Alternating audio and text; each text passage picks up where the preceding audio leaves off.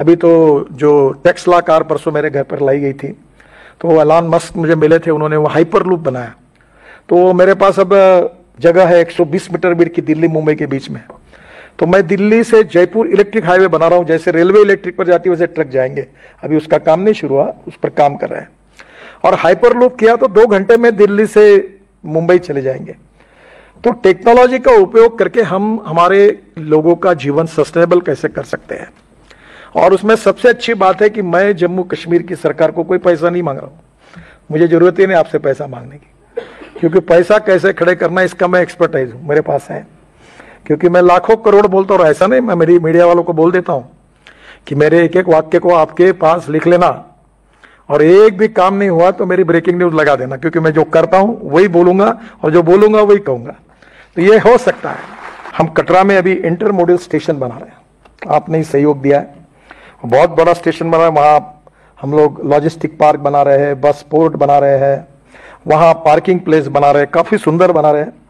और ये आपके सब स्टेशन के लिए मैंने मनोज कुमार जी को जो बैठे यहाँ उनको कहा कि मुझे ऐसा आर्किटेक्ट नहीं चाहिए। तो हबीब खान करके हिंदुस्तान के आर्किटेक्ट एसोसिएशन के ऑल इंडिया के प्रेसिडेंट हैं, वो मेरे मित्र थे, और वो यहाँ आके गए श्रीनगर, और आपके पूरे रोड साइड एमिनिटीज और कटरा से लेकर सब डिजाइन करने के लिए मैंने उनको कहा। और उनके जो डिजाइन्स हैं आज मनोज कुमार जी जाने के पहले आपको दिखा देंगे, इतने सुंदर डिजाइन बनाए हैं कि ये वर्ल्ड प्राइड की जगह से डिजाइन बनाए हैं। तो मैं आपको ये निश्चित रूप से जम्मू श्रीनगर में भी, यहाँ मैं कल कुछ व्यापारियों से मिला, मुझे रास्ते में तो कह रहे थे हमारा लॉजिस्टिक्स ये नहीं है, कॉस्ट बढ़ती है। तो मैंने कहा कि मैं आपकी लॉजिस्टिक कॉस्ट 2 साल के अंदर कम कर दूंगा। और दूसरी एक योजना जो मैंने अपने नागपुर शहर में पहली बार, आप रेलवे मंत्री थे, रेलवे से क्लियर की है, वो है ब्रॉडगेज मेट्रो। और वो तो यहाँ संजीवनी होगी, उसकी स्पीड गाड़ी की 140 किलोमीटर प्रति घंटा है। और वो जो मेट्रो है 6 डब्बे की है, 2 इकोनॉमिक क्लास, 2 बिजनेस क्लास और 4 इकोनॉमिक क्लास। और जम्मू कश्मीर में जो ट्रैवल एजेंट है उन्हीं को दो, प्रकाश ट्रैवल, कोई इसकी ट्रैवल, अकबर ट्रैवल, उसकी वही खरीद लेगा। नागपुर में हमने 100 मेट्रो ऐसी अब खरीदने का निर्णय कर दिया। मेट्रो की कॉस्ट 30 करोड़ है, और ये प्राइवेट 1 रुपए की इन्वेस्टमेंट नहीं इसमें। हमारी जो ब्रॉडगेज मेट्रो बनती है उसकी हमारी कॉस्ट 380 करोड़ रुपए पर किलोमीटर है।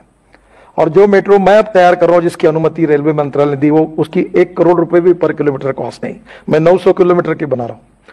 तो श्रीनगर से जम्मू तक जितनी ब्रॉडगेज है उसके ऊपर ये फास्ट गेज मेट्रो ये 1-1 घंटे में चालू हो जाएगी। तो 140 किलोमीटर की स्पीड से तो जम्मू से श्रीनगर तो मुझे लगता है 2 घंटे में हो जाएगा। और इसलिए टेक्नोलॉजी का उपयोग करके यहाँ जितना कुछ बदल होगा उससे तरक्की होगी। पर मैं केवल जम्मू के श्रीनगर तक की बात नहीं कर रहा हूँ, मैं आपको दिल्ली से जुड़ने की बात कर रहा हूँ। और वो यही है कि दिल्ली से कटरा हम लोग एक नया एक्सप्रेस हाईवे बना रहे हैं। अब मैं ये कहता हूँ तो लोगों को भरोसा नहीं होता, क्योंकि महाराष्ट्र में जो रहे उनको दिल्ली से मुंबई 9 घंटे लगते थे। तो बाद में मैं कह रहा था कि 2 घंटे होगा तो लोग हंस रहे थे, पर अब रोड बन गया तो 1.25-2 घंटे में आते हैं। मुंबई हाईवे पे गया था जो हमने बनाया, 70% काम हुआ है कि दिल्ली से मुंबई 12 घंटे में। और मैं जब ट्रायल कर रहा था तो 170 किलोमीटर स्पीड से मैं गाड़ी में बैठकर चल रहा था, पता ही नहीं चला कुछ, इतना अच्छा रोड बना है। और इस दिल्ली मुंबई हाईवे को हम दिल्ली कटरा से जुड़ेंगे, और दिल्ली से कटरा ये 6 घंटे में हो जाएगा। और इसमें ये जो हाईवे है इसके बारे में मैं श्रीनगर से भी कैसे इसकी सुविधा मिले, ये भारतमाला परियोजना के अंतर्गत 670 किलोमीटर लंबा दिल्ली कटरा एक्सप्रेसवे दिल्ली से लेकर अमृतसर कटरा से जुड़ेगा। और इस एक्सप्रेसवे के निर्माण के उपरांत दिल्ली से कटरा ये डिस्टेंस 6 घंटे में पूरा हो जाएगा। तो दिल्ली से श्रीनगर 8 घंटे में 2 साल के अंदर होगा, ये मैं आपको वचन देता हूं। और मैं ये विश्वास रखता हूं कि देश का किसान ये सब डीजल पेट्रोल का पर्याय दे सकता है। मैं ये 9 से बोल रहा हूं, अब सब लोग देश में बोल रहे हैं, सब इसको मान्य कर रहे हैं। तो जम्मू कश्मीर में इलेक्ट्रिक एज ए फ्यूल, क्योंकि हाइड्रो प्रोजेक्ट के कारण इलेक्ट्रिक अवेलेबल है। अभी सोलर की पावर 1 रुपया 90 पैसे यूनिट मिल रही है। तो मुझे लगता है कि इलेक्ट्रिक बेस्ड ट्रांसपोर्ट जो होगा वो यहाँ फायदे में होगा। तो यहाँ कल मैं उनको पूछ रहा था कि हमारे देश में, वर्ल्ड में, न्यूजीलैंड से एप्पल क्यों आते हैं, हमारे यहाँ साइबेरिया से क्यों आते हैं। तो उन्होंने कहा कि मैंने बोला वो हम अभी करेंगे। तो बोले एक पेड़ की कीमत 1400 रुपये है। तो मेरा एलजी साहब से अनुरोध है कि बायोटेक्नोलॉजी का उपयोग करके अगर हमारे किसानों को ये जो वर्ल्ड स्टैंडर्ड के जो एप्पल है देखो हिंदुस्तान में वो वर्ल्ड में हो, क्वालिटी के सिवाय पर रहे नहीं, और क्वालिटी अच्छी तैयार करने के लिए रिसर्च की आवश्यकता है। तो यहाँ निश्चित रूप से मनोज जी, अगर ये सस्ते में मिले और यहाँ की क्वालिटी इंटरनेशनल स्टैंडर्ड में सबसे बढ़िया होगी तो एक्सपोर्ट में काफ़ी रेट मिलेंगे।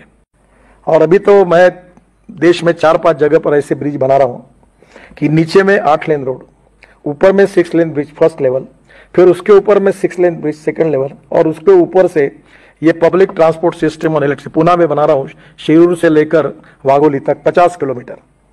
चेन्नई में बना रहे हैं, मैंने खुद नागपुर में अपने शहर में मेरी कॉन्स्टिट्यूंसी में नीचे में रोड, ऊपर में ब्रिज और ऊपर में मेट्रो। तो ये टेक्नोलॉजी बहुत बदली हुई है, तो आपके यहाँ भी हम लोग इसका सबका उपयोग करना चाहते हैं। तो ये ropeway, cable car, funicular railway की, जैसे मनोज जी हिमाचल प्रदेश ने जो पॉलिसी पास की वो आप बुला लीजिए, और वो करके अगर आप मुझे देंगे तो जितनी रोपवे, केबल कार, फनिकुलर आपको कब्जे में बनानी है उतनी बनाने के लिए मैं तैयार हूं, आपको सहयोग करने के लिए तैयार हूं। और निश्चित रूप से इससे बहुत टूरिज्म बढ़ेगा और जम्मू कश्मीर के अनेक युवाओं के हाथों को रोजगार मिलेगा। ये एक्सप्रेसवे बनने से मैं इसलिए आपको ये बात बता रहा हूं कि वर्ल्ड में हमारे हिंदुस्तान की लॉजिस्टिक कॉस्ट 17% है, यूरोपियन कंट्री में लॉजिस्टिक कॉस्ट 12% है, और चाइना में 8% है, और अमेरिका में और वेस्टर्न विशेष रूप से यूरोपियन कंट्री में 12% है, और हमारी 16-17% जाती है, जिससे हमारा एक्सपोर्ट नहीं होता। हम एक्सपोर्ट कर सकते, इतनी अच्छी हमारी क्वालिटी है, प्रोडक्ट है, पर यहां से पोर्ट में ले जाने तक इतना दिन लगते हैं, इतना पैसा लगता है, लॉजिस्टिक कॉस्ट के कारण तकलीफ है। तो ये लॉजिस्टिक कॉस्ट को कम करना, ये ट्रांसपोर्ट मंत्री के नाते हमने पहली प्रायोरिटी दी है। और इसलिए अब दिल्ली, यहां से श्रीनगर से मुंबई, ये आप 19 से 20 घंटे में आप कार से जाओगे, और 30 से 35 घंटे में ट्रक चला जाएगा डायरेक्ट हमारे JNPT पोर्ट पर, और कांडला में उससे भी कम इसमें चला जाएगा। तो लॉजिस्टिक कॉस्ट कम होगी तो कॉस्ट कम होगी, और कॉस्ट कम होगी तो एक्सपोर्ट में इकोनॉमिक वायबिलिटी आएगी। और इसलिए निश्चित रूप से ये इकोनॉमिक ग्रोथ के लिए आवश्यक है, टूरिज्म के लिए भी आवश्यक है। बस पोर्ट यानी बस स्टेशन, अभी यहाँ मैं बसेस देख रहा था कल, तो हमारे यहाँ मैं मजाक में कहता था कि जहाँ हॉर्न छोड़कर सब बचता है, और आपका तो बहुत अच्छा है कि टप पर बैठे हुए लोग नहीं मिले। बिहार यूपी में मनोज जी जहाँ से आए वहाँ टप पर लोग बैठते हैं। तो पब्लिक ट्रांसपोर्ट को हमने निगलेक्ट किया है। अब एयर कंडीशन इलेक्ट्रिक पर चलने वाली बसेस जम्मू कश्मीर में आप शुरू करिए, ये मैं ट्रांसपोर्ट मिनिस्टर करके आपको कह रहा हूं, और ये सस्ता है, टिकट आधा होगा, क्योंकि एक बेस्ट की डीजल की बस जब मुंबई में चलती है तो 115 रुपए किलोमीटर उसका खर्चा है। वो मैंने 100% बायो इथेनॉल पर चलाई, जो गन्ने के जूस से होता है। नागपुर में 35 बसेस चली, उसकी कॉस्ट 78 रुपीज पर किलोमीटर है।